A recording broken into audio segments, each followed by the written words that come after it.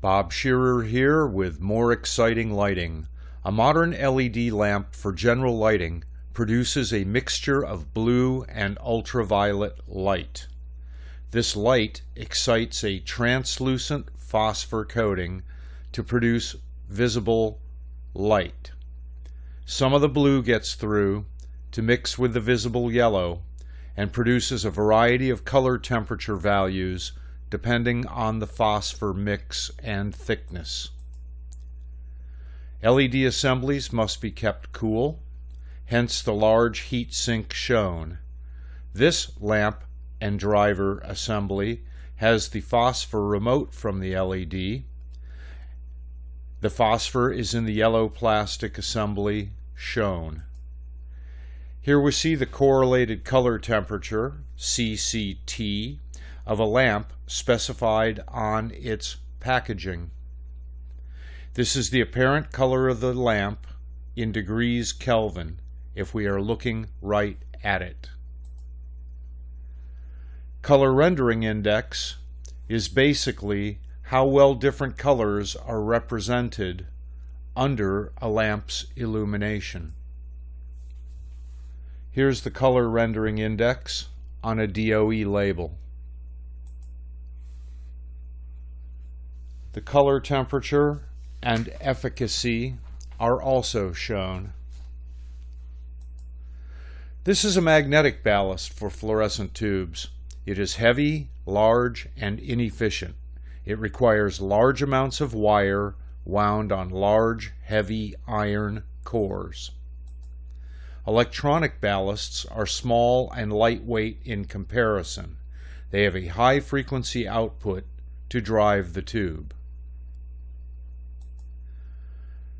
Instead of using 60 Hz transformers, the input voltage is converted to direct current by that rectifier and used to charge a capacitor. This DC voltage is chopped at high frequency to produce the high frequency voltage stepped up to drive the tube. Proper grounding of fluorescent luminaires is mandatory. The grounded metal surface in close proximity to the tube is part of the starting circuit. Somewhere in Frankenstein's castle, there is a lighting lab, and in this lab is a reference ballast. This is used to establish the lumen output of lamps. It has a ballast factor of 1. Any lumen output rating of a fluorescent lamp may be multiplied by the ballast factor to determine the expected lumen output of said lamp on that ballast. So if you see that you have a ballast factor of 0.87 on a fluorescent ballast and a tube with an initial lumen rating of 2000 lumens, that would be at a ballast factor of 1. If we take the ballast factor of 0.87 and multiply it times 2000, we will then see that we will only have 1740 lumen output to be expected using this particular ballast. Ballast efficacy factor is different. The ballast efficacy factor takes into account the ballast's ability to drive a lamp. That's the ballast factor, how bright it's going to get the thing.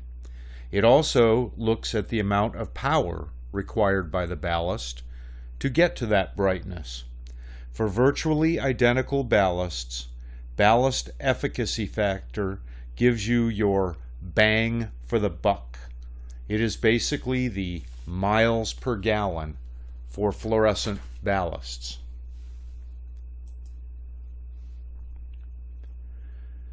All the types of ballast systems shown work by preheating the cathode filaments before striking the tube, except instant start. It's different.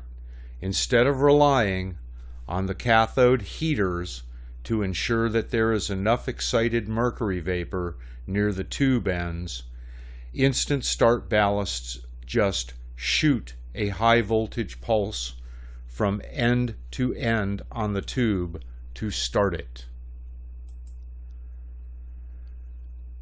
Typically, bulbs driven by an instant start ballast will have the two cathode assembly pins on each end of the tube shorted together.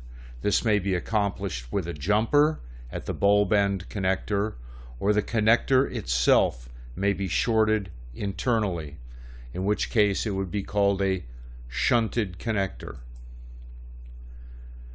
A common aspect of dimming a fluorescent tube is increasing the cathode filament while decreasing current through the tube to dim it. As the cathode pins are shorted across in an instant start scheme, these types of systems are usually not dimmable.